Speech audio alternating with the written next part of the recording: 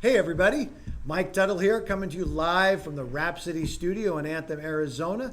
Glad to have you with us again today for another episode of our Rhapspired video series, where we hopefully create some inspiration for you to follow up with your music. I'm really thrilled today. We have one of our piano instructors, Miss Anna Kondaurov. Welcome into the studio. Thank you so much. She's leaving me hanging.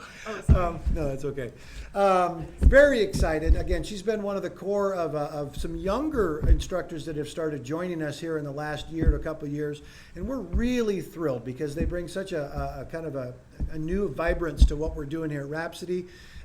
Watching them interact with kids, all the instructors in the building is pretty cool. So we're gonna have a conversation with Anna about music and inspiration and kind of where it came from. So as I start with everybody, how did you get started in music? What was that first hook that drew you in? I mean, I started when I was pretty young, so I think, to be honest, it was mostly my parents driving me to lessons and forcing me to go. So in the beginning, it was really more their initiative, but I think as I stuck with it, I started to really connect with it personally, and then I just decided to stick with it after that. Was it what age? What age is young when you said I'm young? I was 8 years old. 8, okay, yeah. Yeah. That's a good age to start. That's a good, I mean, there's some that start even younger, but I think 8 is good. You're starting to actually have some concept stuff that you can grasp a little bit. So how many years did it take you before you liked going to lessons? I think probably 3. Yeah, okay. Yeah. Very cool. Yeah. Yeah, so, and it was all lessons, all kind of formal lesson structure. Did you go to somebody's house? Did they come to your house? How do you do that? It was a bit of both. Yeah? Yeah, a mixture of both. You remember who your teacher was? It was, so she was this Russian lady called Tетya Gulia, and she was very strict, right, but she was a very good teacher. Kind of interesting how a lot of the piano instructors, there's some connection at times to a Russia background. I don't know, it's something about that in piano that makes sense. So talk to us a little bit, from starting lessons at 8 to getting kind of more inspired to do it. So give us a little bit of that whole journey, maybe all the way through, your high school years of what piano meant to you and what you do and what were your outlets, kind of all of that story. Yeah, absolutely. So I mostly did private lessons. It was more like a personal, like I just played for myself and then also for friends and family. But I think later I started getting really into classical piano, and so I started really enjoying playing like Beethoven pieces and Rachmaninoff, like all these things. I really enjoyed it, so I wanted to pursue it more and started doing like community performances, like kind of getting more engaged with like my church that I was a part of, and so in like a worship band. And then after that, I just kept going. Yeah, and then I joined Phoenix Conservatory of Music and was a student there for a bit. Very cool. Was that, to get in there, was that like post-high school age or during high school age? What age did you start with the Phoenix Conservatory? It was during and after. Okay, okay. And we don't have a lot of reference points for the Phoenix Conservatory up this far north. I'm sure there's some people have been involved. What's kind of overall their program? Is it a larger music venue where they do have more bands and things, or is it really more of an individual learning program? So they do college preparation to prepare for like very technical programs, and then they also do, they're a nonprofit, so they do a lot of community outreach and to get like more underserved populations access to music. Oh, very cool. Yeah, it's a mixture of individual lessons and band. Okay, very cool. What like full bands, like symphonic bands or orchestras? Yes. Or very cool. Do they jazz bands? Do they go jazz at all there? Rock? Yes. Oh, yeah, very they do cool. all of that. We should probably check them out a little bit. That'd be a nice South End connection, maybe, to start establishing. Yeah, that'd be really very cool. cool. So tell me, I'm going to ask both sides of this question, so be prepared for both. Okay. Give me your most inspirational musical performance moment.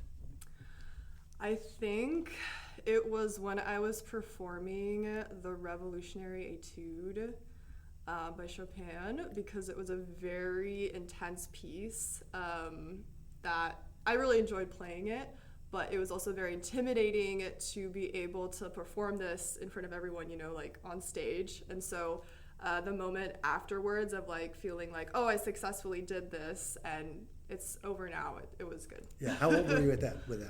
I was 15. 15, yeah. Yeah. I remember about that age, when getting that first kind of real solo as a classical trumpet player and getting through it, that was quite a moment for me. All right, other side of the coin. What was the most stressful I don't want to say failure because I don't like that word, but what was that one performance that sticks out that you just like, oh goodness? Yeah, so honestly, I do get stage fright a lot. That's something that I definitely struggle with as a musician. So I think the worst one I had was I was performing a pretty long like sonata, and I just forgot it like in the middle. And I just kept playing the same measure like over and over again to try and like save it. And I just had to make something up and just end it there. The ending never came in. It never came. How many times do you think you looped back like, okay, is it going to come this time? Oh, shoot, here I go again. Yeah, it was hard, but yeah, it happens. Yeah, we had one of our videos where I think we all kind of talked about Arlene and Pete and Sarah and I. We're all talking about those moments. I think everybody's had at least one of those, and you just got to figure out how to gracefully end. Yeah. And you still got to face the audience and bow and get off stage. As long as you keep going, that's all that matters. Yeah, yeah. Oh, that's kind of funny. I like that. So obviously that's a lot of experience there growing up as far as probably, like you said, the expectations of your teacher were probably pretty firm right from the start. Mm-hmm. But you developed that own inspiration and performance. Teaching is kind of another ball game though, right? So we've all performed, whether it be in a group or ourselves. When did you start kind of turning the corner to saying, man, I like to teach. I really would like to help these younger people have the same experience you did. When did that twist for you a little bit? Yeah, so it was when I was 15, because I was homeschooled. I got the opportunity to graduate high school early, so I graduated when I was 15. And so after that, I really wanted to find a way to use my talent, but also, have an income. So both of those, something on the side. And I think I just started realizing that it was really amazing to see students connect with their own sense of musicality, even beyond like the instrument of piano, of them realizing that, oh, I can connect with music and make it a part of my life. And I've always stressed for students to make it a personal journey instead of a performance journey.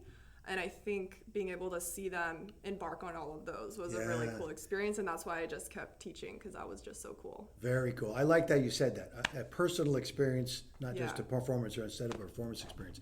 That's very cool. There's something about those moments. And I think there are people that are a little more geared at teaching, I think. I mean, there are people that can teach well, but they're not really teachers. They're really, they're a performer. I know I went to a one of the NAMM shows, and one thing that stuck out of my head is when hiring people, don't just hire teachers and don't just hire artists. Right. Try and hire artist teachers or teaching artists, right? Something where that is a blend. Mm-hmm. It's neat when we can get to that point too, because obviously then you have performed enough, they can also get that from you. They get that sense of what you've done and what your joy coming out of the keyboard can also be, which is such an inspiration for them. Or we were joking, Sarah, behind the camera, Sarah, she said earlier today she never gives her kids pieces she can't play. She was joking. She's like, because if sometime I might have to demonstrate it. So that thing in there. Yeah. Very cool. What's your best teaching moment? Oh, that's a good one. I think I've had so many that it's hard to choose. So the one that I can think of right now is I had one student who just was not, it was just a struggle to get him to engage with lessons, and he would always say this thing like, I'm more of a bro-sart than a Mozart. And I was just trying. Yeah, and so I just kind of went along with it, and I was like, okay, what do you really want to get out of this? Like I want you to be here for yourself, not just because your parents are making you, And so he finally found a piece that he really connected with from, I think it was like from the Pirates of the Caribbean. And just seeing him like finally actually enjoy to play something, then that was a pretty cool moment.